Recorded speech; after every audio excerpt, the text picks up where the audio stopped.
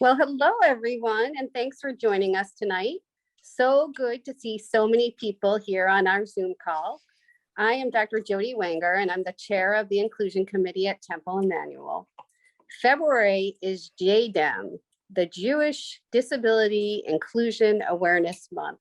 And I am so grateful to our Inclusion Committee member, Maddie Donoff, who came up with this great idea of inviting 3 marvelous women advocates who dedicate their life to including many people who were excluded for such a long time. And Maddie, thanks for organizing after you came up with the idea too.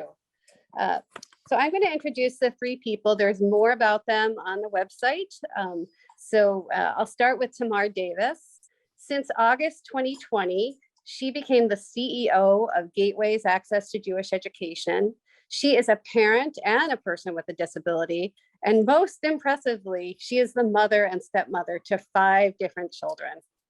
Gateways is a wonderful organization, which I know personally. We moved from Vermont about 10 years ago, where there's really no Jewish education for people like my son, Holden. Gateways not only educated him, but taught him to really love his faith and time in the temple. They helped us imagine what a bar mitzvah would be for him and how to carry it out.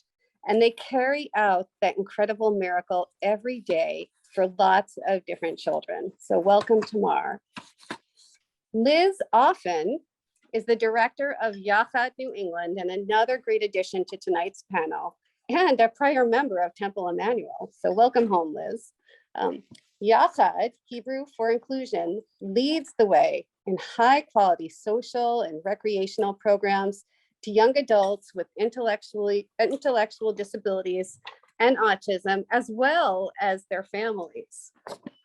Yachad Shabbatons took teens with complex needs away for the weekend, and this was the first time our son Holden spent a weekend away from us.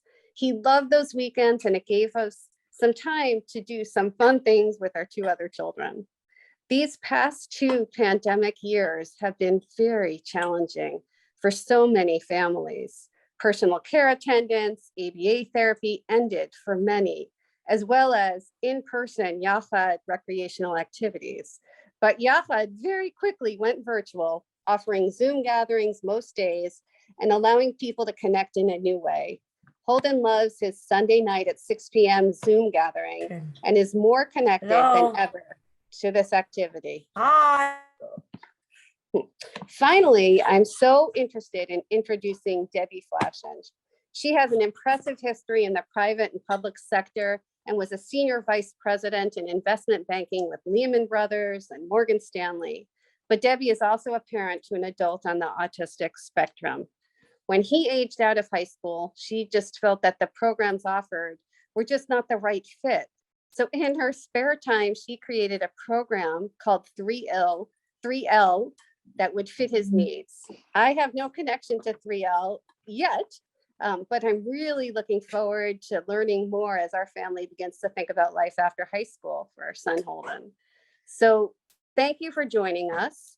If you do have questions, I'd like you to send a chat message directly to Michelle Robinson, not to everybody. And Michelle will look at those questions and ask the different members. So let's get started, Michelle.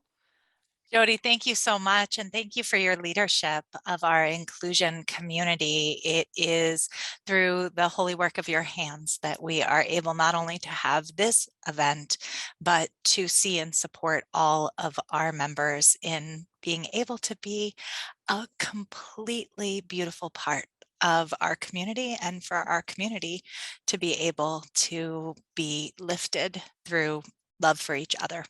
So I actually want to begin. We're so blessed to have Deborah and Liz and Tamar joining us tonight. These extraordinary women are deeply engaged in the work of inclusion. And I want to ask each of you to tell us a little bit about yourselves. And I called on you in alphabetical order. So I'm going to have you begin that way in first name, alphabetical order. Deborah. Okay. So my name is Deborah Flashen, and And I'm sorry, I'm going to share my screen here because I do have, I'm sorry, share, pardon my technology. So can everybody see that? Yes. So the reason I have been drawn to this work is that I have this wonderful son who has inspired me. And you know, we've been on this journey. He's 31. We've been on this journey since he was 3. And it's taught me humanity in the way that I didn't know before. And I'm a much better parent. But one of the things that all of you have that many other people in this country don't have is you have an identity with a community already. You know, 47% of US adults belong to churches, synagogues, or mosques. The balance, that 53%, don't have a community that supports them and values them and helps them, helps develop their sense of self and their sense of self-worth. So my son, prior to turning 22, we lived in the town of Brookline. The public school system was his community. Therapeutic recreational sports also reinforced and supported that community. Obviously, our family did that. And so we didn't, in some senses, we didn't fully appreciate how much we were in the bosom of one community until we lost it when he turned 22. And at the point that young adults turn 22, and again, when they don't have the benefit of a religious community that they get so much support from, they really flounder. It's extremely painful. And it's extremely painful for the family, because not only does your son or daughter lose a sense of identity, but you do too. You kind of are cut adrift, and you're looking to a state agency to give you guidance, and they may send you halfway across the greater Boston area to a program that no one else, your son or daughter, knows. So it's the community piece is such a huge loss for many, many, many young adults. When DJ was 17, I began looking around at what his prospects were within the adult services community, and I saw nothing that I wanted.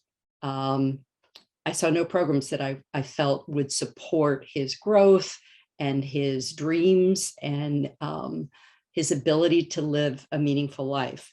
And that's when I decided, which was in 2009, when he turned 19, I got together with a group of parents and we incorporated 3L Place. And the first thing we did for the first 3 or 4 years is work on curriculum, because I feel it's really important for people to have a sense of, if you're trusting your son or daughter to us, it's really important that they know what we're going to be working on. So we worked on curriculum for the first 3 or 4 years, and then we opened in 2014. Oh, thank you so much. And that's an extraordinary picture. So Liz, tell us about your holy work. So when I was 12 years old, attending Temple Emmanuel and junior high, I wore a full body brace for severe scoliosis. And at this early age, I was taunted with bullying and name calling like brace face and twisted sister, and people avoided me as if I was broken or damaged. They wouldn't let me take gym or play sports, and there were no policies for adaptive recreation or inclusion. So my parents had to intervene, and this was my early awakening to people misunderstanding and looking only at the outside of someone and not the inside, not seeing a whole person. Later, I became an activist for civil rights issues, inclusion of women, refugees, GLBTQ, social programs, and violence prevention. but my passion was always Jewish education, teaching Hebrew and B'nai Mitzvah. And I was a big camp person. I taught for over 30 years, including at Gateways, and I became the inclusion director at Camp Ramah Palmer. And I always had inclusive classrooms and incorporated multimodality methods so that different types of learners could succeed. So when Yachad approached me, it became a natural step for me to take the helm to continue pursuing my mission to promote inclusion with this idea of whole personhood, because everyone is in God's image. Everyone is B'Tselem Elohim, and every person is complete just as they are. And so my work continues to really bring people together. I see inclusion from a broad view across the gamut of Jewish faith practices and different abilities, diverse skill sets. Also the inclusion of minimally verbal older adults. We have people at Yachad into their 70s, because as with the general population, the disabilities community is aging, and they're aging healthier, and they want dynamic activities and community programs. So in my work at Yachad, we strive to do all of these things, and this helps me continue, with my own vision of inclusion. Thank you so much, Liz. Tamar. Thank you so much. I'm so thrilled to be here and part of this really prestigious panel. Liz and I have gone way back already at this point, and Deborah, it's such a pleasure to really meet you and get to know you in your such a critical role. So I'm Tamar Davis, and as was said before, I now head up Gateways Access to Jewish Education. And the way I came into this world, so I was born in Richmond, Virginia. As you can tell from my Southern accent, I do not have one. I was diagnosed with severe hearing loss and was fitted with hearing aids at 2 years old, and I really cannot hear without them. I'm sorry there is no live transcript, but I was told that there would be a transcript provided for this recording after. Anyway, so my parents were laser focused on making sure I could have a Jewish education, which, being at Gateways is clearly something that was inculcated very early on for me. And for them, that meant getting me into a Jewish day school without compromising my hearing or my speech development or anything like that. And so for the first few years in Richmond, I attended a special public school for the hearing impaired and deaf. And then when I was 5, we moved to Florida, where the Sunshine State, and my parents were able to mainstream me into a Jewish day school and supplement that with services I needed in order to access that curriculum in a public school setting. So my mother was very busy, and I'm one of 9 children, so she was extremely busy. And I also have a sister with severe hearing loss, so she had her hands full. Anyway, so now I'm living in the Boston area, about 8.5 years in, and it's cold up here. I tell my husband all the time, I must really love him to live here. And I live here with his 3 older children, and we have 2 little ones, one of whom was born with a disability, very different than mine, very different type of disability. He hears better than I do, much, much better. It doesn't take much to hear better than me. And so when he was born a few years ago, I'm just going to give a tiny bit of my Torah of how I really came into this work. We had a Brit Milah for him. And one of the things we did was place him on the Kisei Shel Eliyahu, on Elijah's chair, and recite this prayer that just resonates with me so much. And it's one of the first things I said when I came into this position. Shalom Rav lo havei Torah tachat ve'ein lamo michshol. Those who love your Torah have abounding peace, and there is no stumbling for them. And that's exactly why we're all here tonight in the spirit of JDAME, this month of disability acceptance and awareness inclusion. And that is something that really embodies what I do today. And what's ironic about all of this is I was not comfortable identifying as a person with a disability until about 10 years ago, well into my adulthood. My stepchildren don't know my real age. I managed to stick with the I'm 21 this whole time. But 10 years ago, I was well into adulthood. I was not yet married. I was still single, living on the Upper West Side, and I was asked to tell my personal story. And that's when I realized, I really need to explain what my disability is and what kind of, I didn't even want to call them accommodation, just how I need to be able to participate. One of the things I was invited to at a synagogue that I was involved with on the Upper West Side was the Scholar in Residence program. And this was in an old building. The synagogue was the kind that had a balcony in the top, and I am in the modern Orthodox community. So the women sit up in the balcony and the men would sit downstairs and have front row seats for the speaker. And I'm like, I can't be involved with a program that I can't even access. And so that was really my introduction into feeling more comfortable speaking and being proud of just being a person with a disability. And that really set me up for my ability to be a true advocate for my own child. And so when I was invited to join, I found out about Gateways after my child was born. I actually didn't know about it when I first moved into the Boston community. So when my child was diagnosed when he was a baby, I was then finding out about Gateways and invited to join the board. I was on the board for literally one meeting when I found out that Arlene, who was actually, I believe, on here tonight and watching my predecessor with very big shoes.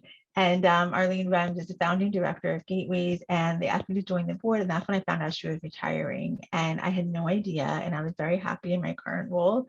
And I was recruited to apply. And so it just felt so natural to be in this role and to work for an organization that really looks to how are we serving our children and teens and providing them not just with access, but to be able to participate meaningfully in Jewish life and learning.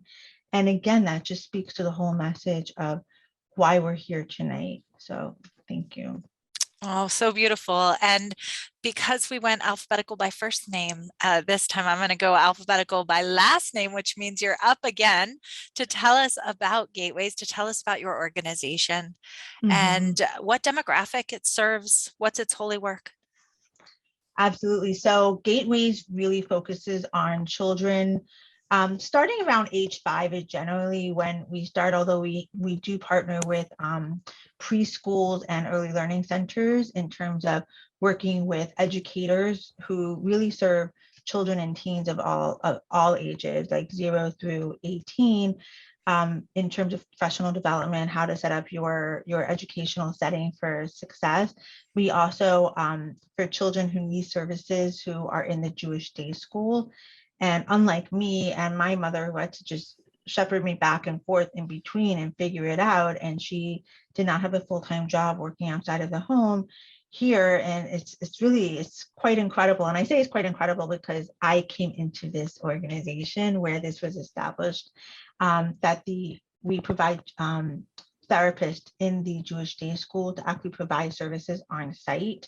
And there's some amazing work being done with CJP and some other organizations in terms of unlocking federal funding and public funding in order to enable that to happen, to really follow the child in terms of what the child needs to be in their educational setting. And then the third thing we do is we have our own Sunday program, a B'nai Mitzvah program. And we've been referred by synagogues who have now students, and even Temple Emmanuel has students in our program. And it's really quite incredible to see. And it's really for children with all types of disabilities, varying from complex to just not being able to be in a Jewish educational setting. And this is where you can get that. And across the divide in terms of children and teens with disabilities, diverse learning needs, and mental health challenges is also a huge area. And the other thing I'll just add about that is, especially in our Sunday and B'nai Mitzvah program, we have our teen volunteers. So this is like inclusion at its best, where we're not just meeting those who have direct need for our services, but how do we include the whole community in our work? And so Temple Emmanuel also has an extraordinary number of teens. I want to say like 12 or 13, maybe even 15. I forget the exact number of teens, of the 40 or so teens who are currently in our program. So that's really incredible. And it's just a big credit to Temple Emmanuel for being such a wonderful partner with Gateway in terms of the work we do. Oh, we feel so blessed to be able to be partners with you and have you be partners with us and guide us along this path. We learn so much every day in all of our programs from you. Deborah Flashen. Again, I'm going to, Share. now I'm not going to share. I have a little video that if you want at a later point in time, but so our organization is primarily for young transitioning high school students. So the youngest person we serve is 18. The oldest person at this point in our program is 45. We're a new program. We have a very, very diverse population of participants. I would say 75% of them are in some way or another considered on the autism spectrum. But we also have other, we've got individuals with Down syndrome and with acute epilepsy and with cerebral palsy and just a whole range of developmental disabilities. And we have a fairly intensive intake process because it's really important to us that people fit in our community, but it's not based on ability. It's based on how individuals want to be part of a community. So we have a few people who are completely nonverbal and who are likely never to be truly independent in life. And we have other individuals who are highly verbal and who commute on, on the commuter rail to get to us. And our geographic range is we've got people from Ipswich and we've got people from Mansfield. And in part, that's because we're really one of a kind program. And when people find out about us and decide that this is what they want, they're willing to come a really long distance. But what is very different from, and I think later I'm going to go into the whole challenge in adult services, because adult services really needs a realignment. And in creating 3L Place, I was largely ignorant, which was really good, of what adult services were supposed to be. I started from the premise in my mind of what adult services should be. How do we help support people to lead a meaningful life in the community? And my head wasn't filled with anything in the medical model, and it wasn't, I wasn't looking at, even though we have a ratio that we work to, I was really not cognizant of the ratio that, for instance, the Department of Developmental Services operates with. And so I really created this from whole cloth, and it's very rich in integrating all critical life skills. And by critical life skills, I don't just mean skills of daily living. I mean critical thinking, so that when you look at a thermometer and you see a temperature, it gives you information that you can use to decide what you should wear when you go outside. It's everything that we do, which is very learning oriented, works on a multiple set of skills. So we're always working on social awareness and self-awareness and self-advocacy and critical thinking and specific life skills as well, certainly. and workforce development skills. So it's a very rich learning environment that is based on kindness and mutuality and the presumption of competence on the part of everyone, and the celebration of the neurodiversity in the community. I love that, the celebration of the neurodiversity. And we have a quick question in the chat, which somebody asked, what are the 3 L's of 3L? Well, once the very beginning, it was lifelong learning. That was like the first year. And then we kind of said, oh, that's just too common. Everybody's into lifelong learning.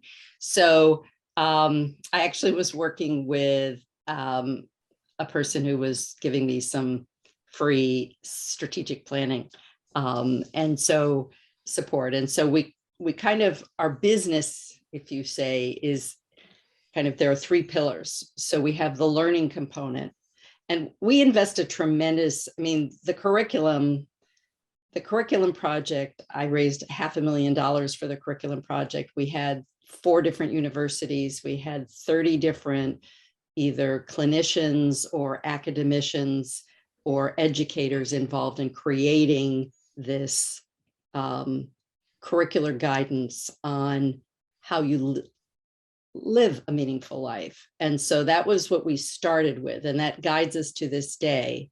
But then every single day, our staff are creating lesson plans that are geared to the people in our program. And so there's just a tremendous amount of richness. So we've kind of got this learning component where we are both creating learning content, and we store it. We've got it in an organized format so that at some point when we have the bandwidth, we will share it more broadly.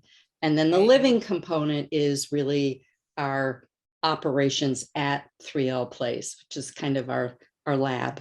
So and learning, living, and then linking. And linking. Which is sharing our curriculum. Our 632 pages of curriculum is free on our website. We want to share more for free, but again, it's a bandwidth issue. We're still too small, and we don't have the ability to free up staff to develop manuals on how you create something like a 3L Place. Okay, so learning, living, linking, and living, quick question on that, and then we'll turn over to Yachad. Are people living there, or are they living out?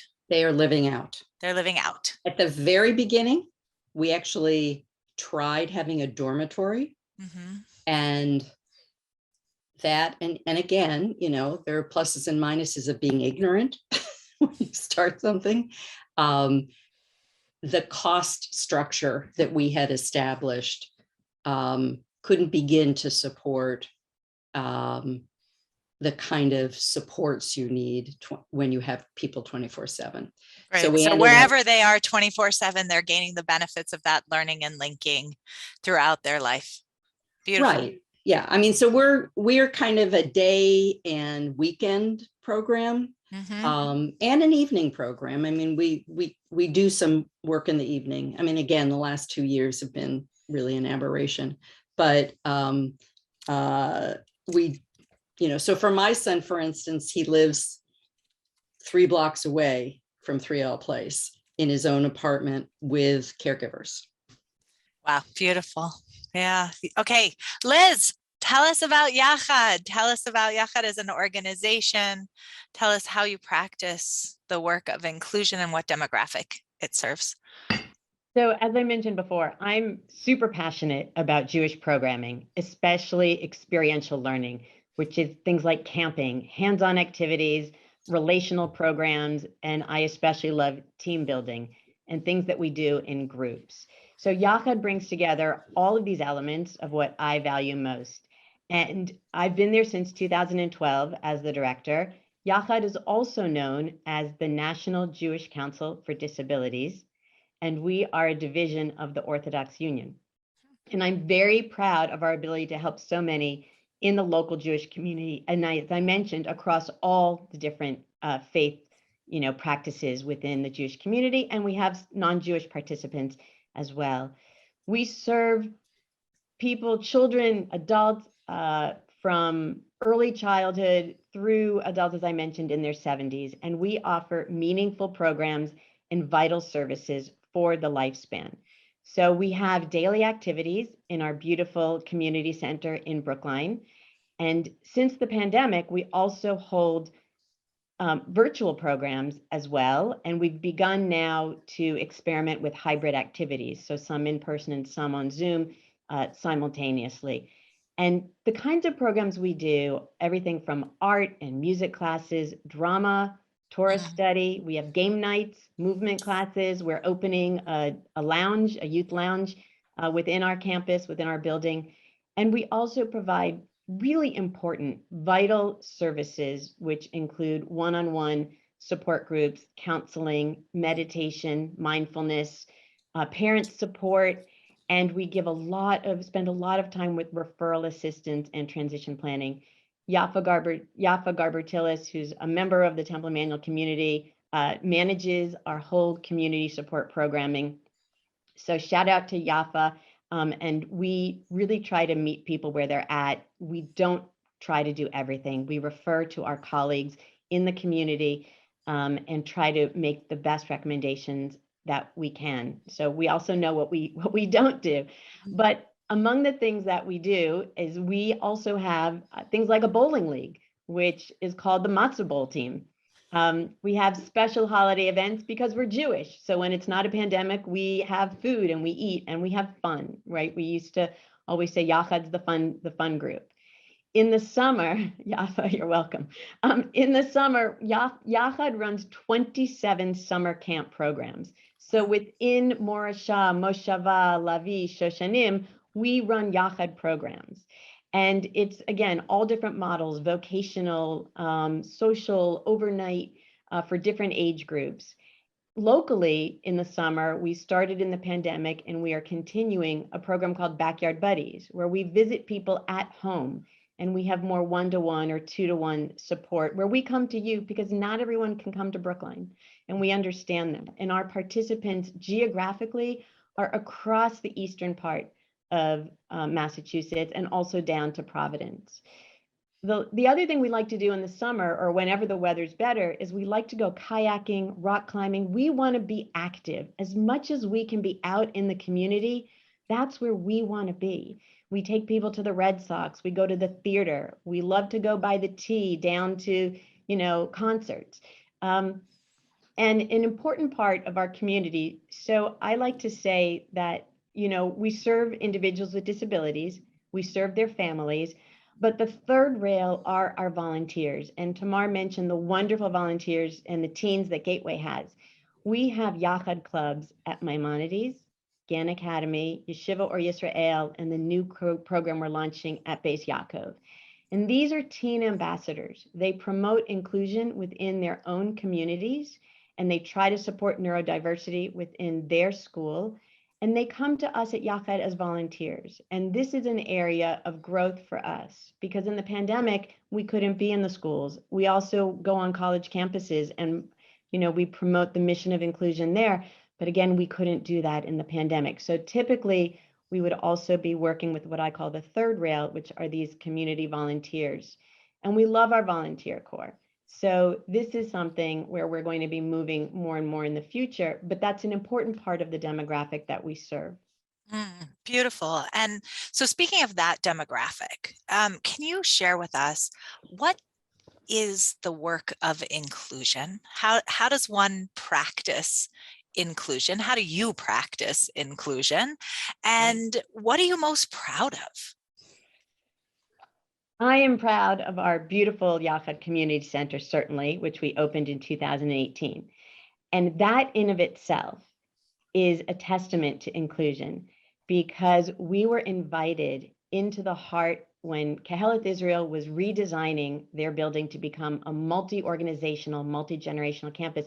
They brought Yachad into the heart of the community. And so there we are in Coolidge Corner, where we can walk to Kupel's and the butchery and Cafe Elat. And that is inclusion. People see Yachad every single day that they go into that building. And this spring, we're adding the partnership of also working with people next door that have moved into the Brown House. And so To Life will be partnering with us, and that's inclusion. I mentioned that our teens, so we're in these day schools, which is certainly an important aspect of the work in the Jewish community. And people see us in camp, which is certainly important for young people as they develop their own attitudes and their own relationship with who are they in society, where do they fit in? And they begin to see, people of the newer generation, they see individuals with disabilities in ways that we never did. It used to be that people with special needs, if they were even in your school, they were in pull-out services.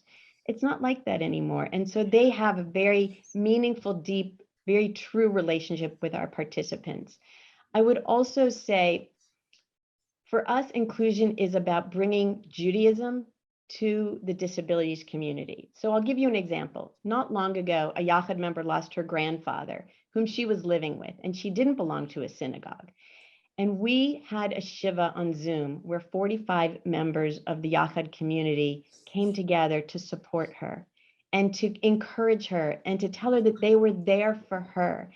And this was a loss to her. Her whole life was disrupted, but she came to us. We provided Shiva meals. We've offered counseling.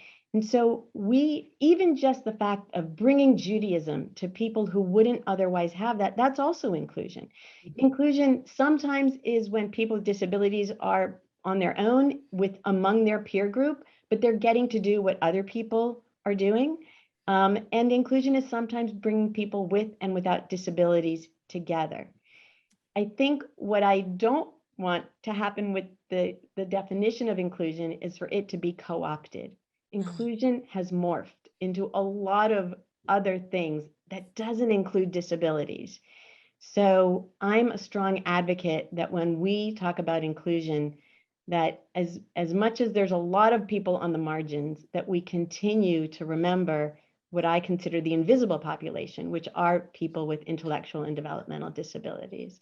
And that we don't just fill programs and services with, random activities, we'll include them kind of as an aside, but that they're really truly in the center of what we do. And in this way, we bring our heart and our soul into our work.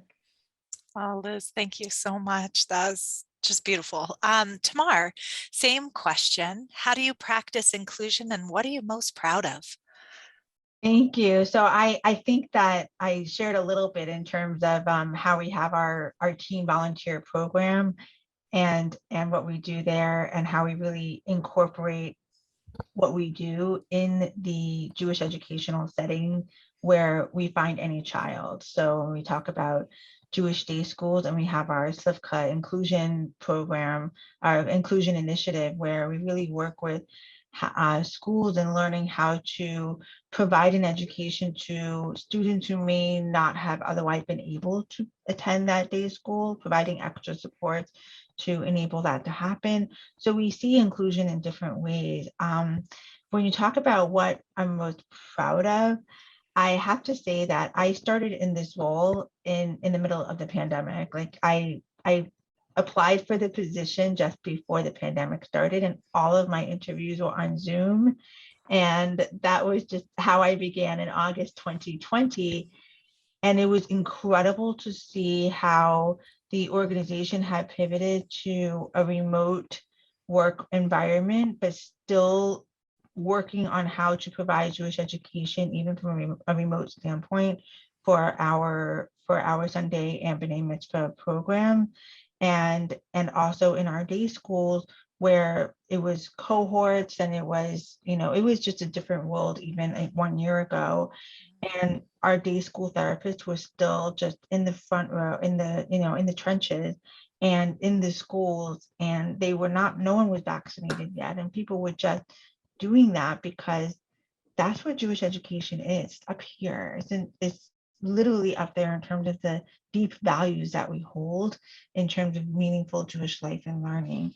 And so for my own, I do want to give a tremendous shout out to Sandy Gold, who was on here, and she is now heading up our professional development work. But last year she was the head of our Sunday and B'nai Mitzvah program and really steering that work in the remote and very challenging and unknown environment that we were in.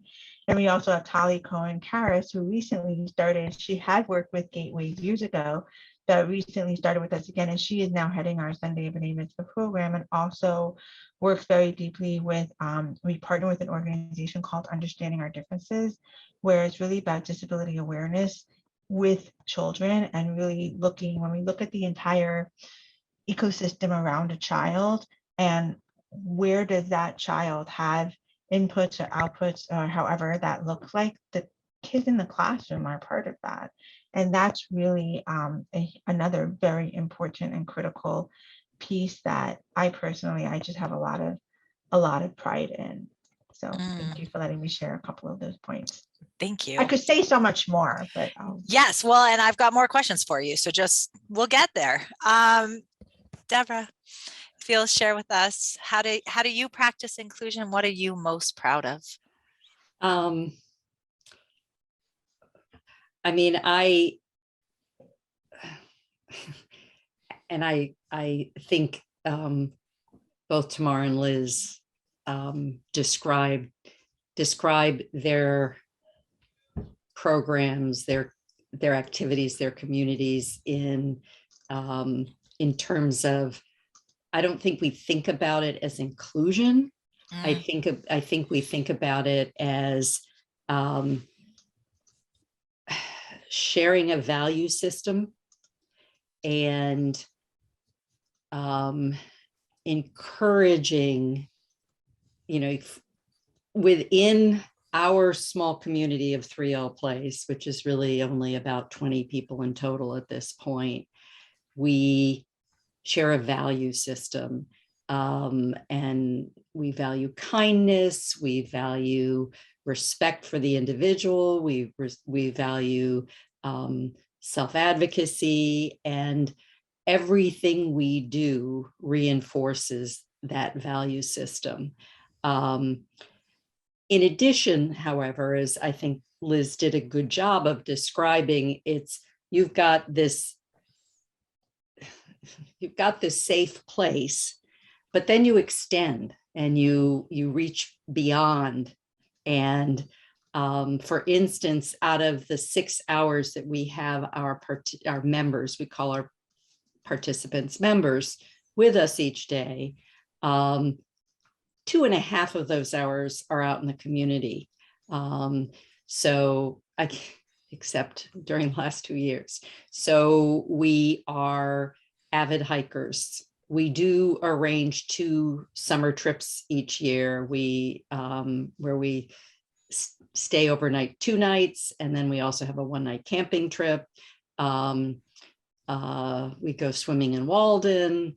We explore the resources of Boston, such as museums, etc. So we are out and about, and we also have a really fun, our backyard is Davis Square, which is a fun place for young people to explore.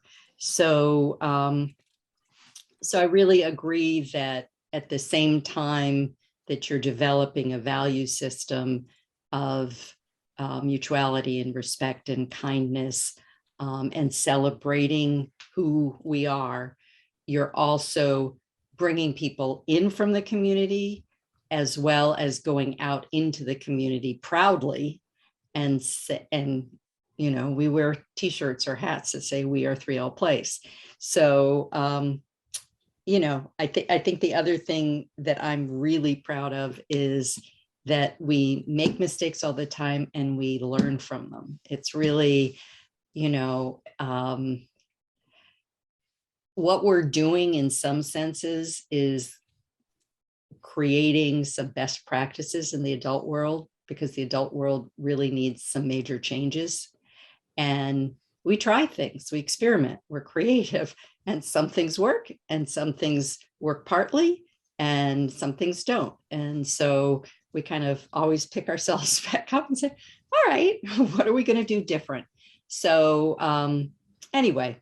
So the learning L is all around in every Yes. direction. Yes. Thank you. Beautiful, beautiful. So I'm going to ask all three of you to weigh in on what was most surprising to you about your inclusion work, and how has the pandemic shifted what you do or your perspective? So Liz, you want to take that one first? Sure. So just before the start of the pandemic, Yachad won first place in a national competition called Arc Tank, which is the Shark Tank for disruptive and audacious ideas for the disabilities world. And our plan was to customize technology to assist individuals to using technology to improve their lives, particularly nonverbal or minimally verbal people with autism and older adults. And when the pandemic hit, we had already done our homework and a lot of research on bringing technology to this community. And with a very small amount of planning, we were able to distribute, well, not such a small amount. Okay, a lot of planning, a lot of effort. We distributed tablets across our community, and we spent hundreds of hours supporting and helping people to be online in meaningful ways. And my staff worked tirelessly creating very creative and engaging programs, and in time, very interactive, using breakout rooms and all the Zoom tools available that we could. So what surprised me was that it worked. It really surprised me that even though we planned for technology to be meaningful, individuals with disabilities and developmental intellectual challenges really embraced this online world, and that they had, whether you call it neuroplasticity or expansive thought processing, they really, really were able to pick up new skills, to learn, and to succeed. And we were able to build a vibrant Jewish community virtually. And I'm not sure why it surprises me, but we continued now to use this technology. And I would say that's the silver lining of the pandemic, is that we learned we could do something we were thinking about, but we really could do it, and we could do it even more, and we did it gracefully, and it continues, and I think will continue to be a vibrant aspect of our work. Wow, amazing. Tamar. It's to echo briefly what Liz said, we're calling them COVID keepers. Like, what are the COVID keepers that we want? And technology is a huge aspect of that. I completely agree. Our professional development, in our professional development work, when Sandy Gold and I, who's also on this, she and I had like a listening conversation with some of our religious school directors in late spring of last year. And we asked them, the hope was that with the vaccination, we would all be in person again and everything would be back to normal. And, we could still hope for that. But in the meantime, though, at the time when we had that conversation, we asked, do you want to have workshops in person or virtual? And they said, thank you so much for asking us that question. We'd love to have one workshop where it's in person so that we get to see each other, but throughout the year, please, like virtual, it cuts out the commute time and we can really access what you're trying to help us in terms of setting us up for success and what we're doing with the children and all of that. So there are components that have been really beneficial in terms of what we're doing. And another piece that I will also share is one thing that was challenging last year in terms of having our Sunday Evening Mitzvah program remote is, we talk about wanting to have access for everyone. And some students, some children really have trouble accessing online. And so we were so glad that we could go back to being in person.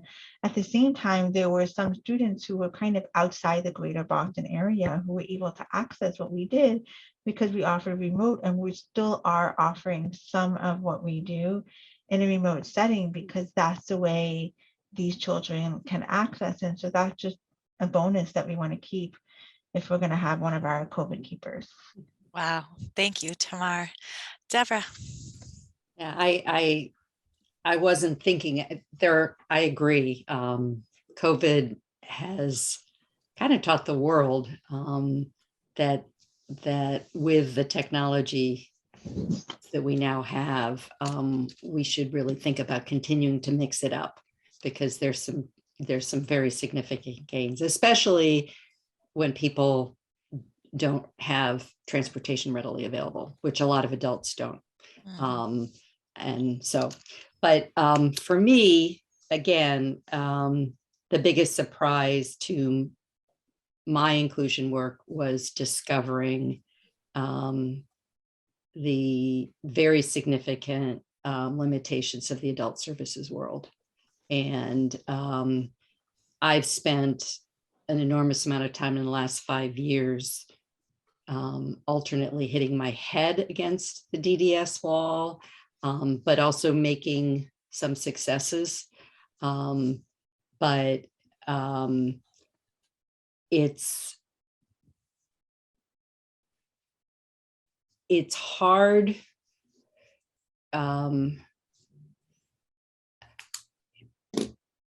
It is amazing how behind the times adult services are, and they use words about self-determination and self-direction and individualization and personalized services, and it absolutely doesn't exist. And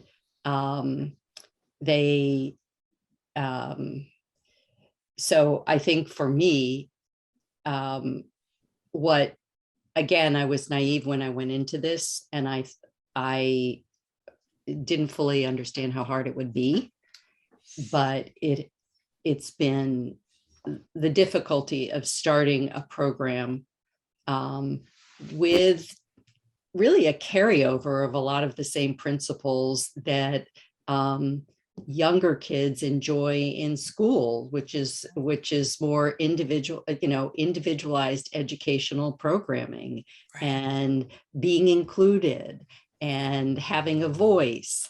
That stops, or in truth, it stops. Again, it's given lip service. So I think for me, the plus about COVID is that the existing system is also not founded on sound economic principles, because by and large, existing day programs utilize people who are paid very poorly. They're not supervised. They're not given any kind of curricular support, and they're asked to supervise 6 individuals with disabilities to that one individual. And those individuals have walked. They've kind of said, we're not going to work for $14 an hour. And so what's happened is the existing structure is kind of crumbling.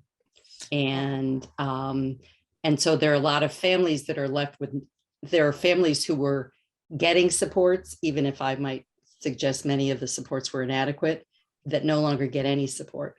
And so there's some really, really big changes afoot.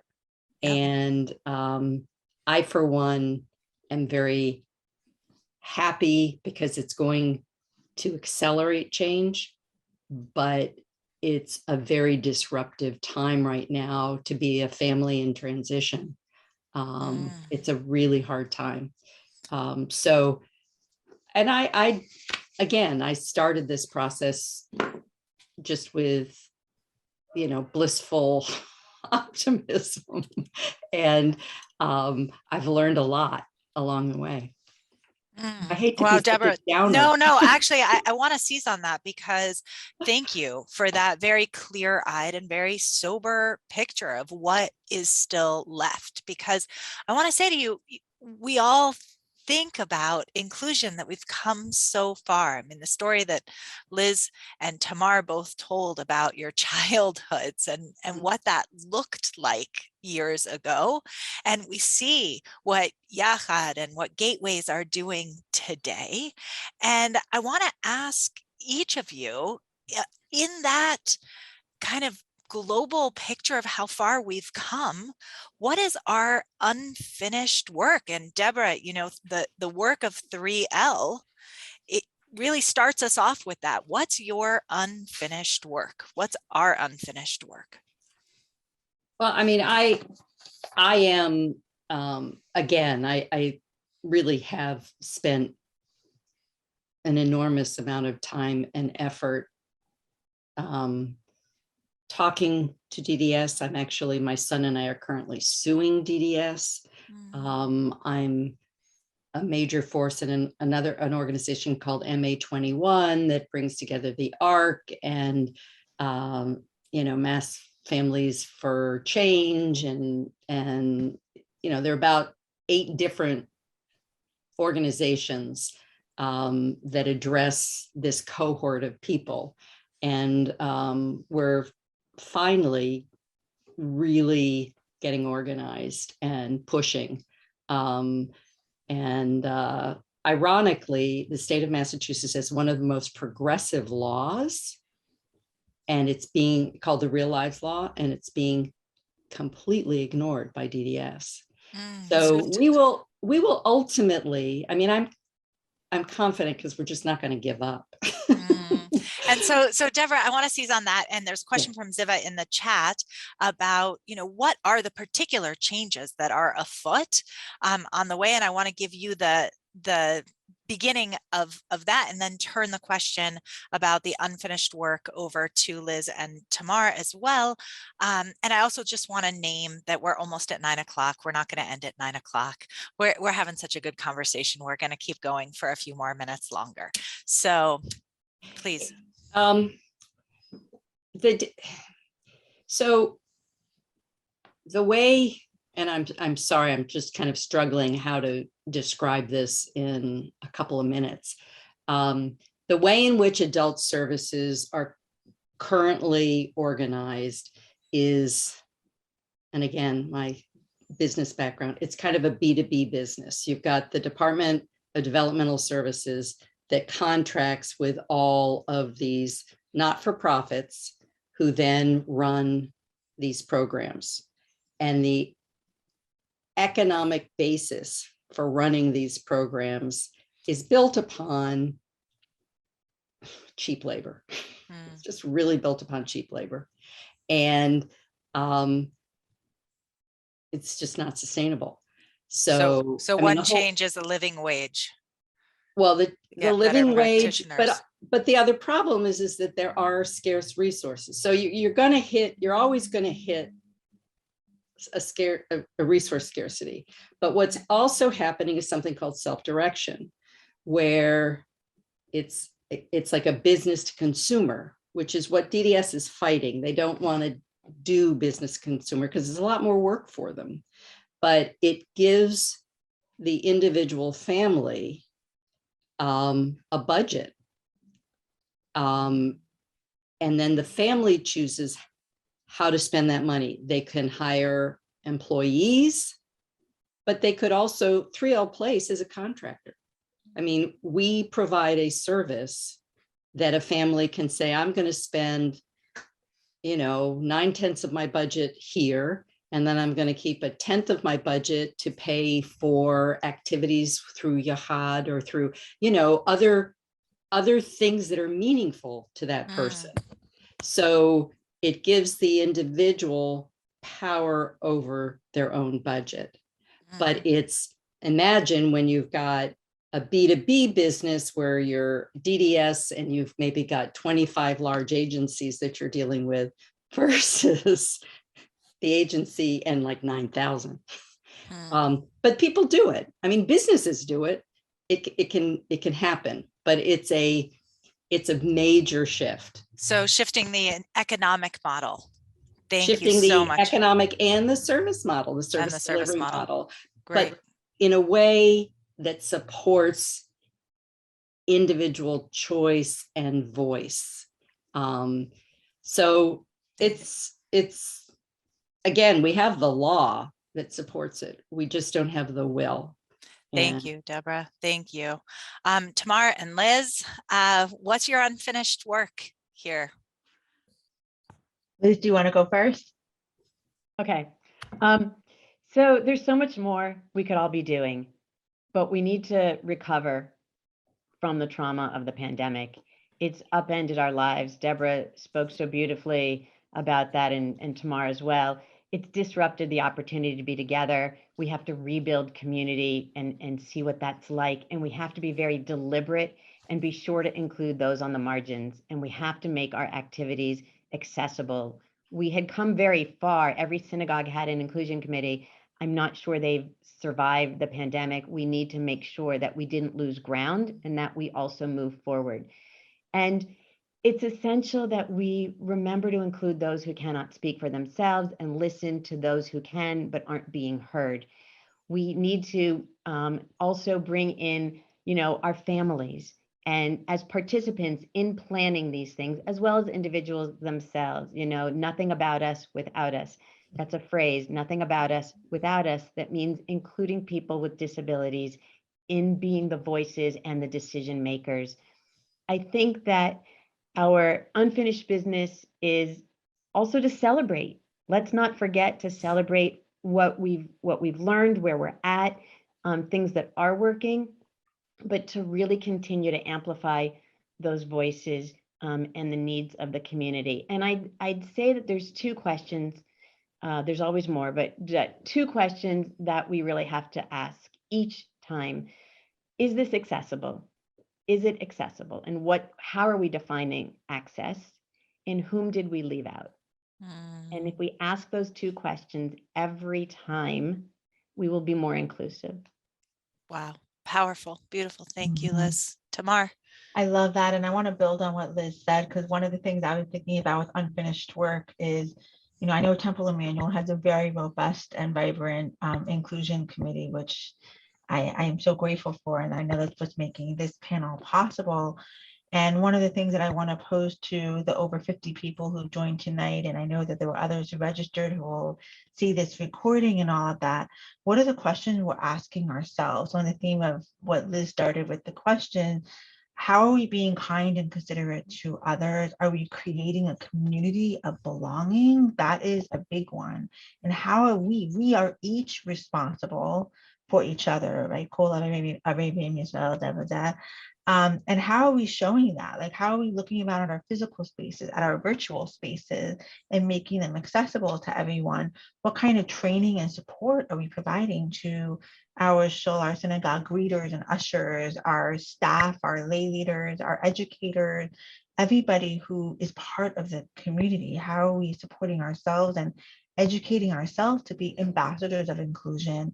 Are we checking in with, we know who people are with disability, with visible disability, but even people who seem to just struggle with mental health or whatever, are we checking in with our families, with our people with disabilities, with families of children with disabilities, and making sure they know about the accommodations that your synagogue or community may have made an effort to provide? Do they know about it? Yeah. Sometimes we set it up, we have the live transcript, we have the whatever, but people didn't know, and I can't hear anything on Zoom anyway, I'm not going to go. But make sure, we're setting this up for you, for anyone who has anything that is in need. And how are we looking to the future to improve that? And so in the spirit of Adar, of the upcoming holiday of Purim, I just want to mention, when Esther was going to go before King Ahasuerus and plead on behalf of the Jewish people, and she was scared, and rightfully so. Like, if the king didn't extend his scepter. Thank you. She could be executed, and Mordecai, who's the Jewish hero, said to Esther, the Jewish heroine, if you remain silent now, then your house, your family, you'll be lost. Somehow the Jewish people will be saved, but you will be lost. So it's up to us. And I do want to ask that once there was an article that Tali, who's on the call, she wrote up about how language matters and how we struggle with language around disability. And that can be such a silencer. Like, we don't know what to say. We don't know how to ask. We don't want to make people feel different. And we need to conquer that fear and kind of own it and ask and say, how do you want to be referred? And how do you want to be, not whether you want to be included, but how can we help make sure that you have a sense of belonging. And so I want to share that article when it gets posted to everyone on this group, because I think that will help us to all be such incredible ambassadors, to be the Queen Esthers of this story, Amen. and to really speak on not on behalf of, but with, and be allied with everyone who is in need of allyship. Oh, that's stunning. And, just reflecting Susan's comment in the chat, right here at Temple Emmanuel, at least, when it wasn't until we had someone who was actually in a wheelchair try to get into our restrooms that we realized we had a problem with our doors. And, the ways in which we need to be asking the right people the right questions, not only in terms of the visible disabilities, but also in terms of the visible abilities of somebody who's going to be able to teach us a different way to access this world. And thank you all for inviting us to keep asking that question. And so with that, I'll ask you my final question of the night, which I hope pulls in a number of the questions that have been asked in the chat, which is, what tips or suggestions do you each have for us? Can you leave us with one or two things that we can do to be better practitioners of inclusion, to be better at seeing the Tselem Elohim, to be better at asking the right questions of the right people? So anyone can start. I was inspired. I'm not able to enrich my thinking with important religious allusions. That's not part of my background. But as I was listening to both Liz and Tamar, I was thinking that we all, it kind of starts with us, that we have to look at ourselves first and make sure that our own awareness of others is pure and kind and open. And are we presuming competence of our neighbors? Are we embracing their differences? And once you kind of make sure your own head is on right about that, you share it with your family and you share it with your organization. And it's the value system we want to create in the world starts with us. And so that's kind of my approach to it, is it starts with us, and then we try to generate support and enthusiasm and the sense of, well, this is really the way we are meant to be. So beautiful. Thank you, Deborah. Liz and Tamar, either of you, what's our... You're up, Tamar. I feel like I gave kind of my hope in that I really do believe there is an Esther in all of us, male or female, or gender fluid or whatever, that there really is that ambassador for inclusion in all of us. And that really does give me hope, because exactly what Deborah was talking about in the frustrations with the government, we also were are in a lawsuit on behalf of some disability discrimination that happened with our child, and it's personal, and it's in the work that I do. And what gives me hope is how this just cuts across every denomination, political differences, religious, race, whatever. Disability is everywhere. It's part of all of us. I see someone just wrote in the chat, that it consists of 20% of our society, and that's what we know of. There may be things where there are hidden disabilities. People, when they look at me, they don't see me necessarily as someone who has a disability.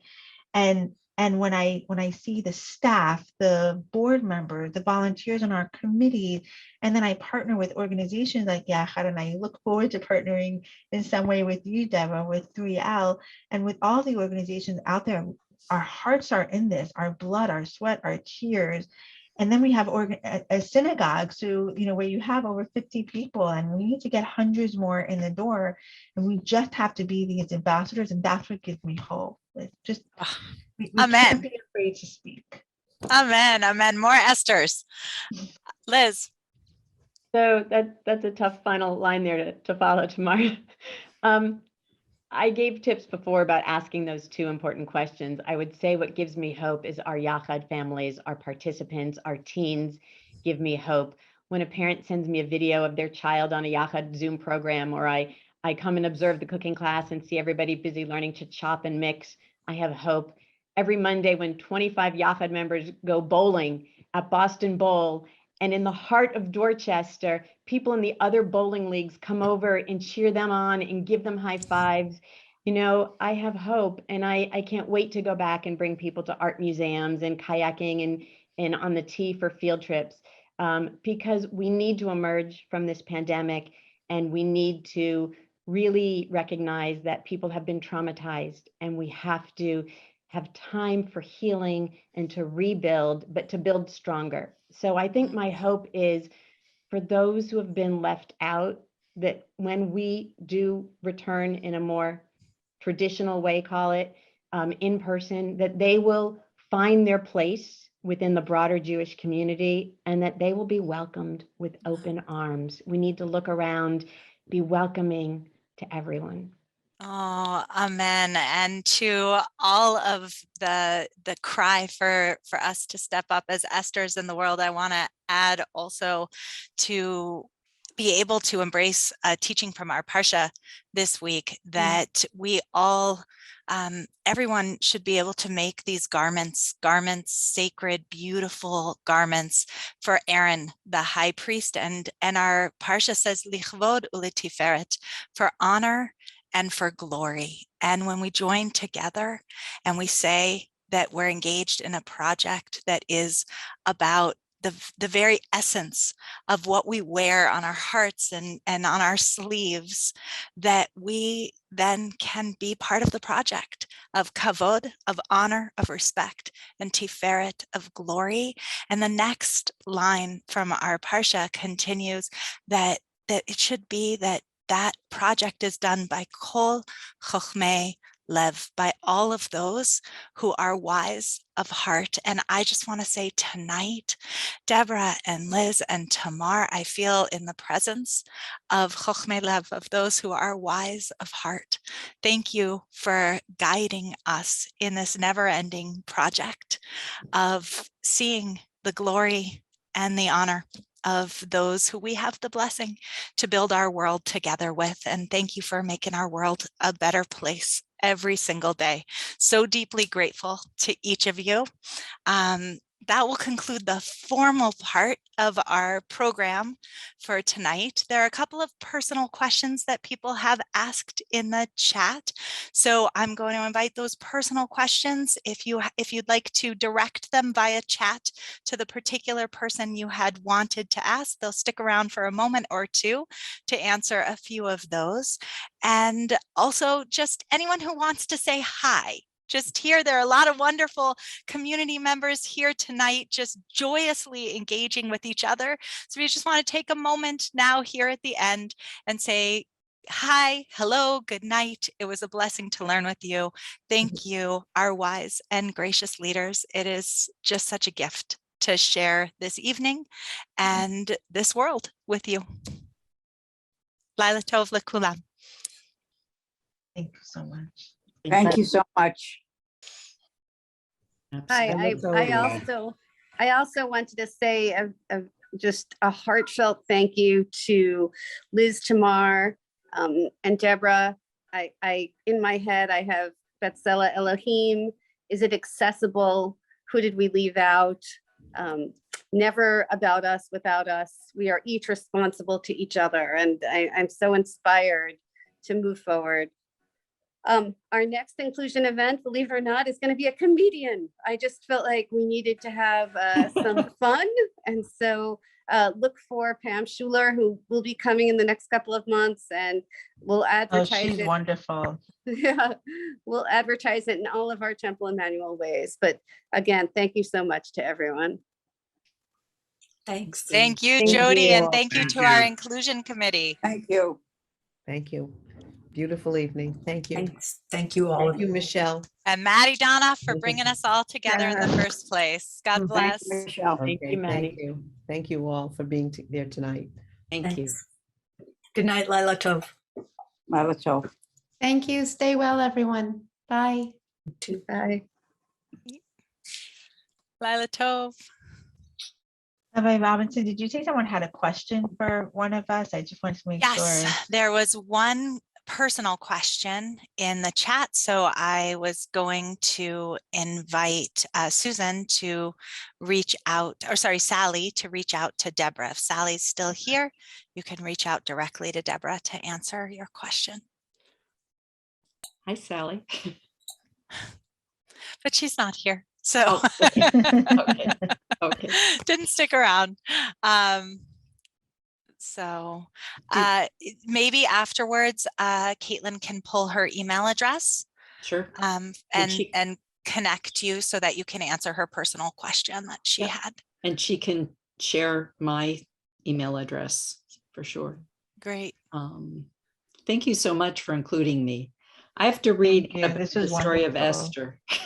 It's extraordinary. And Tamar, wow, did you capture the glory? Wow. Well, my it was middle so name is beautiful. Esther, so I have a special, a bias to the story of Esther, and women and all of that. But it's just really wonderful to see some of the people who join, and I see Ruth's face. Ruth Nemdorf is a wonderful friend of Gateway. So, but anyway, thank you so much. This was such a pleasure, and I look forward to more of this, building on this. Oh, amen, amen, amen, amen. And really what I said at the end is deeply, deeply true.